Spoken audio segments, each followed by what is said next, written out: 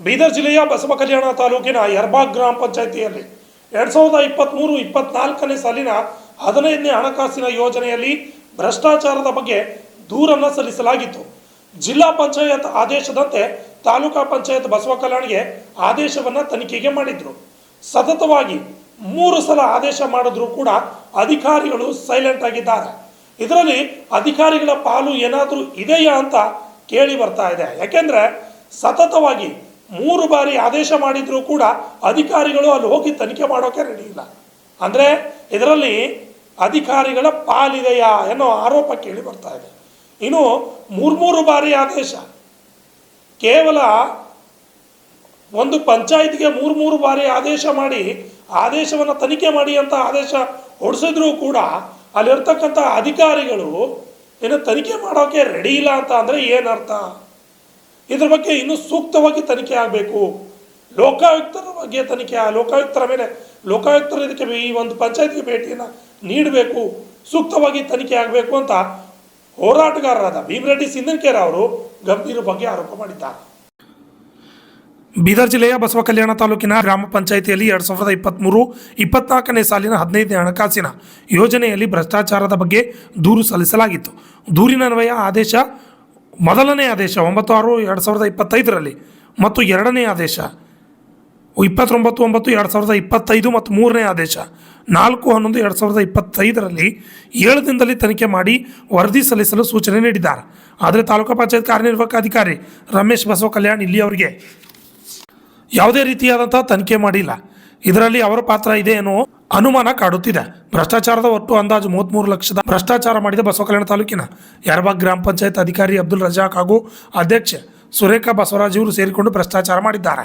ತನಿಖೆಗೆ ಆದೇಶ ಬಂದರೂ ಕೂಡ ಯಾವುದೇ ರೀತಿಯಾದಂಥ ತನಿಖೆ ಮಾಡ್ತಾ ಇಲ್ಲ. ತಾಲೂಕು ಪಂಚಾಯತ್ ಅಧಿಕಾರಿಗಳು ಲೋಕಾಯುಕ್ತ ಸೂಕ್ತ ತನಿಖೆ ಮಾಡಿ ಭ್ರಷ್ಟಾಚಾರಕ್ಕೆ ಮಟ್ಟ ಹಾಕಬೇಕು ಅಂತ ಸಾಮಾಜಿಕ ಕಾರ್ಯಕರ್ತ ಭೀಮರೆಡ್ಡಿ ಸಿಂಧನಕೇರ ಆಗ್ರಹ ಮಾಡಿದ್ದಾರೆ. ನಮಸ್ಕಾರ ಸ್ನೇಹಿತರೆ, ಇದು ಬೀದರ್ ಜಿಲ್ಲೆಯ ಬಸವಕಲ್ಯಾಣ ತಾಲೂಕಿನ ಯರ್ಬಾಗ್ ಗ್ರಾಮ ಪಂಚಾಯತಲ್ಲಿ 15ನೇ ಹಣಕಾಸಿನ 2023-24ನ ಸಾಲಿನ ಭ್ರಷ್ಟಾಚಾರದ ಬಗ್ಗೆ ಏನು ಪತ್ರಿಕಾಗೋಷ್ಠಿ ಕರೆದಿದ್ದೀನಿ. ಮತ್ತು ಇಲ್ಲಿ ಯಾವ ರೀತಿ ಭ್ರಷ್ಟಾಚಾರ ಆಗಿದೆ ಅಂತಂದರೆ 33 ಲಕ್ಷ ಚಿಲ್ಲರೆ ಭ್ರಷ್ಟಾಚಾರ ಆಗಿದೆ. ಭ್ರಷ್ಟಾಚಾರ ಬ್ಲೀಚಿಂಗ್ ಪೌಡರಲ್ಲಿ ಸುಮಾರು 10 ಲಕ್ಷಕ್ಕಿಂತ ಮೇಲೂ, ಮತ್ತು ನೀರಿನ ಕುಡಿಯುವ ನೀರಿನ ಮತ್ತು ಗ್ರೈ ವಾಟರ್ ಅಂದರೆ ಚರಂಡಿ ಕ್ಲೀನಿಂಗ್ ಅಂತ ಹೇಳಿ, CCTV ಹಾಕಿದ್ದೀವಿ ಅಂತ ಹೇಳಿ, ಪಂಚಾಯತ್ ಬಿಲ್ಡಿಂಗ್ ವರ್ಕ್ ಮಾಡಿದ್ದೀವಿ ಅಂತ ಹೇಳಿ, ಮತ್ತು 15ನೇ ಹಣಕಾಸಿನಲ್ಲಿ 5% ವಿಕಲಚೇತನರಿಗೆ ಸಹಾಯ ಮಾಡಬೇಕಂತಿದೆ. ಆದರೆ ಇವರು ವಿಕಲಚೇತನರಿಗೆ ನಾವು ಸಹಾಯ ಮಾಡಿದ್ದೇವೆ ಅಂತೇಳಿ 1,15,000 ರೂಪಾಯಿ ವಿಡ್ರಾ ಮಾಡಿದ್ದಾರೆ. ಆ ಎಲ್ಲ ದಾಖಲೆಗಳಿದೆ. ಮತ್ತು ಇದು ತನಿಖೆ ಆಗಲಿ ಅಂತೇಳಿ ನಾನು ಜಿಲ್ಲಾ ಪಂಚಾಯತ್ಗೆ ದೂರು ಕೊಟ್ಟಿದ್ದಾಗ ಆದೇಶ ಬಂತು, ವರದಿ ತನಿಖೆ ಮಾಡಿ ಅಂತೇಳಿ. ಯಾರಿಗೆ? ತಾಲೂಕಾ ಪಂಚಾಯತ್ಗೆ. ತಾಲೂಕಾ ಪಂಚಾಯತ್ ಅವರು ವರದಿ ಸಲ್ಲಿಸಲಿಲ್ಲ, ಅವ್ರು ಎನ್ಕ್ವೈರಿನೇ ಮಾಡಿಲ್ಲ, ಏನಿದೆಯೋ ಗೊತ್ತಿಲ್ಲ. ನೋಡಿ, ಸೆಪ್ಟೆಂಬರ್ 6ನೇ ತಾರೀಕು ಬಂದಿದೆ. 7 ದಿನದಲ್ಲಿ ವರದಿ ಸಲ್ಲಿಸಬೇಕು ಅಂತೇಳಿ ಜಿಲ್ಲಾ ಪಂಚಾಯತ್ ಅವರು ಆಲ್ರೆಡಿ ಬಂದಿದ್ದಾರೆ. ಇದು ಯಾವಾಗ ಬಂದಿದೆ ಅಂದರೆ ಸೆಪ್ಟೆಂಬರ್ 6ನೇ ತಾರೀಕು ಬಂದಿದ್ದು. ಇದು ವರದಿ ಮಾಡಿಲ್ಲ. ಮತ್ತೆ ಇವರು ವರದಿ ಮಾಡಿಲ್ಲ ಅಂಥೇಳಿ ಮತ್ತೊಂದು ಅರ್ಜಿ ಸಲ್ಲಿಸಿದೆ. ಅರ್ಜಿ ಸಲ್ಲಿಸಿದಾಗ ಅವಾಗಲೂ ಕೂಡ 7 ದಿನದಲ್ಲಿ ವರದಿ ಸಲ್ಲಿಸಿ ಅಂತ ಹೇಳಿದರು. ಇದು ಯಾವಾಗ ಅಂತಂದರೆ 29 ಅಂದರೆ ಸೆಪ್ಟೆಂಬರ್ 29ನೇ ತಾರೀಕು ಬಂದಿದ್ದು. ಇದು ಕೂಡ ಅವ್ರು ಮಾಡಿಲ್ಲ. ಜಿಲ್ಲಾ ಪಂಚಾಯತ್ ತಾಲೂಕಾ ಪಂಚಾಯತ್ ರಮೇಶ್ ಅವರು ತನಿಖೆ ಮಾಡಿಲ್ಲ. ಕೇಳಿದ್ರೆ ಇಂಥ ಕಂಪ್ಲೇಂಟ್ ಬರುತ್ತೆ ಹೋಗುತ್ತೆ ಅಂಥೇಳಿ ಅದಕ್ಕೆ ಬೇಜವಾಬ್ದಾರಿತನ ಮಾಡಿದ್ರು. ತನಿಖೆ ಆಗಬೇಕು. ಮತ್ತು 11ನೇ ತಿಂಗಳಲ್ಲೂ ಕೂಡ ಬಂತು ವರದಿ ಮಾಡಿರಿ ಅಂಥೇಳಿ. ವರದಿ ಮಾಡಿ 7 ದಿನದಲ್ಲಿ ಇದು ಸಲ್ಲಿಸಿ ಅಂತೇಳಿ. ಅವಾಗಲೂ ಕೂಡ ಅವರು ರೆಸ್ಪಾನ್ಸ್ ಮಾಡಿಲ್ಲ. ಮತ್ತು ಯಾವ ರೀತಿ ಭ್ರಷ್ಟಾಚಾರ ಮಾಡಿದ್ದಾರೆ ಅಂದರೆ, ಇದು ಜಸ್ಟ್ ಡೆಮೋ ಅಷ್ಟೇ. ಯಾವ ರೀತಿ ಅವರು ಒಂದೇ ಫೋಟೋದಲ್ಲಿ 2 ಬಿಲ್ ಮಾಡ್ಕೊಂಡಿದ್ದಾರೆ, 5 ಲಕ್ಷ ಬಿಲ್ ಮಾಡ್ಕೊಂಡಿದ್ದಾರೆ ಅನ್ನೋ ಡೆಮೋ ಅಷ್ಟೇ.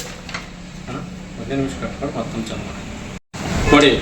15ನೇ ಹಣಕಾಸಿನ 2023-24ನೇ ಸಾಲಿನ ವಿಕಲಚೇತನರಿಗೆ 5% ಕೊಡಬೇಕಂತ ಹೇಳಿದರೆ 1,15,702 ರೂಪಾಯಿ ಬಿಲ್ ಮಾಡ್ಕೊಂಡಿದ್ದಾರೆ, ವಿಡ್ರಾಲ್ ಮಾಡ್ಕೊಂಡಿದ್ದಾರೆ. ಮತ್ತು ವಿಕಲಚೇತನರಿಗೆ ಯಾವುದು ಫಲಾನುಭವಿಗಳಿಗೆ ಕೊಟ್ಟಿದ್ದಾರೆ ಅಂತಂದರೆ ನೋಡಿ, ಇದು ಗೂಗಲ್ ಫೋಟೋ ಆ್ಯಡ್ ಮಾಡಿ ನಾವು ಕೊಟ್ಟಿದ್ದೀವಿ ಅಂಥೇಳಿ ಬಿಲ್ ತೊಗೊಂಡಿದ್ದಾರೆ. ಇದು ಆಯಿತು. ಕುಡಿಯುವ ನೀರಿನ ಒಂದು ಪೈಪ್ಲೈನ್ ರಿಪೇರಿಗಾಗಿ 3,31,348 ರೂಪಾಯಿ ಬಿಲ್. ಇದೇ ಫೋಟೋ. ಮತ್ತು ಇದೇ ಫೋಟೋ ಬಳಸ್ಕೊಂಡು ಇನ್ನೊಂದಿದೆ, ಸ್ಟಾಪ್ ಮಾಡಿದೆ. ಈ ಫೋಟೋನೇ ಬಳಸ್ಕೊಂಡು ಇದೇ ಕಾಮಗಾರಿ ಬಳಸ್ಕೊಂಡು ಇಲ್ಲಿ 1,00,000 ನೋಡಿ ಇದರಲ್ಲಿ ಬಳಸ್ಕೊಂಡಿದ್ದಾರೆ 1,01,668 ರೂಪಾಯಿ ಬಳಸ್ಕೊಂಡಿದ್ದಾರೆ ಅಂದಾಜು ವೆಚ್ಚ. ಒಂದೇ ಕಾಮಗಾರಿ ಅದಾಯಿತು. ಬ್ಲೀಚಿಂಗ್ ಪೌಡ್ರ್ ವಿಷಯಕ್ಕೆ ಬಂದರೆ, ಬ್ಲೀಚಿಂಗ್ ಪೌಡ್ರಲ್ಲಿ ಸುಮಾರು 10 ಲಕ್ಷಕ್ಕಿಂತ ಮೇಲಿದೆ. ಇದು ಟೈಲರ್ ಅಷ್ಟೇ, ಸುಮ್ಮನೆ ನಿಮಗೆ ಜಸ್ಟ್ ದಾಖಲೆ ತೋರಿಸ್ತಾ ಇದ್ದೀನಿ. ಇದು ನೋಡಿ, ಬ್ಲೀಚಿಂಗ್ ಪೌಡ್ರ್ ಅಂದರೆ ಸ್ಯಾನಿಟೈಸರ್ಸ್ ಕಿಟ್ ಅಂತ, ಇದರಲ್ಲಿ 3 ಲಕ್ಷ ರೂಪಾಯಿ ಇಡಲಾಗಿದೆ. ಯಾರೋ ಅವ್ರ ಹೆಸರು ಹುಲಿ ಅಂತೆ, ಅವ್ರಿಗೆ ಟ್ರಾನ್ಸ್ಫರ್ ಮಾಡಿದ್ದಾರೆ. ಅದು ಕೂಡ ಮುಂದಿನ ದಿನಗಳಲ್ಲಿ ಅವರು ಕೂಡ ಲೋಕಾಯುಕ್ತರಿಗೆ ಸಬ್ಮಿಟ್ ಮಾಡ್ತೀನಿ. ಸೂಕ್ತ ತನಿಖೆ ಮಾಡಬೇಕು. ಮತ್ತು ತಾಲೂಕಾ ಪಂಚಾಯತ್ ಅವ್ರು ಯಾಕೆ ತನಿಖೆ ಮಾಡ್ತಾ ಇಲ್ಲ? ಭ್ರಷ್ಟ ಅಧಿಕಾರಿ ಯಾರಪ್ಪ ಅಂದರೆ ಅಬ್ದುಲ್ ರಜಾಕ್ ಅವರು ಮತ್ತು ಗ್ರಾಮ ಪಂಚಾಯತ್ ಅಧ್ಯಕ್ಷರು ಸುರೇಖಾ ಅವರು, ಇವರ ಸೈನ್ ತಂಬಿದ ಮೇಲೆ ಇಡಲಾಗಿದೆ. ಎಲ್ಲ ದಾಖಲೆಗಳು ನನ್ನ ಹತ್ರ ಇದೆ. ತಾಲೂಕಾ ಪಂಚಾಯತ್ ರಮೇಶ್ ಅವರು ಈ ಬಗ್ಗೆ ತನಿಖೆ ಮಾಡಿ ಅಂತೇಳಿ 3 ನೋಟಿಸ್ ಬಂದರೂ ಕೂಡ ತನಿಖೆ ಮಾಡ್ತಾ ಇಲ್ಲ. ಯಾಕೆ ಈ ರೀತಿ ತನಿಖೆ ಮಾಡ್ತಾ ಇಲ್ಲ? ಭ್ರಷ್ಟರಿಗೆ ಯಾಕೆ ರಕ್ಷಣೆ ಮಾಡ್ತಾ ಇದ್ದಾರೆ ಅವರು? ಜಿಲ್ಲಾ ಪಂಚಾಯತ್ ಕೂಡ ಸೂಕ್ತವಾದ ಕ್ರಮ ತಗೊಂಡು ಮುಂದಿನ ದಿನಗಳಲ್ಲಿ ತನಿಖೆ ಮಾಡಿ ತಪ್ಪು ಯಾರು ಮಾಡಿದಾರೋ ಸರ್ಕಾರಕ್ಕೆ ಹಣ ಭರಿಸಬೇಕು. ವಾಪಸ್ ಇದೆ ಏನು 33 ಲಕ್ಷ ಚಿಲ್ಲರೆ ಇದೆ, ಸರ್ಕಾರಕ್ಕೆ ಮರಳಿ ಪಾವತಿಸಬೇಕಂತ ವಿನಂತಿಸ್ಕೊಳ್ತೀನಿ. ಮತ್ತು ಭ್ರಷ್ಟರು ತಕ್ಕ ಶಿಕ್ಷೆ ಆಗಬೇಕು, ಸಸ್ಪೆಂಡ್ ಆಗಬೇಕು ಇವರು. ಮತ್ತು ಅಧ್ಯಕ್ಷರಿಗೆ ಏನಿದೆ 6 ವರ್ಷ ಚುನಾವಣೆ ನಿಲ್ಲಬಾರ್ದು, ಆ ಥರ ಆದೇಶ ಮಾಡಬೇಕಂತ ಮನವಿ ಮಾಡ್ಕೊಳ್ತೀನಿ.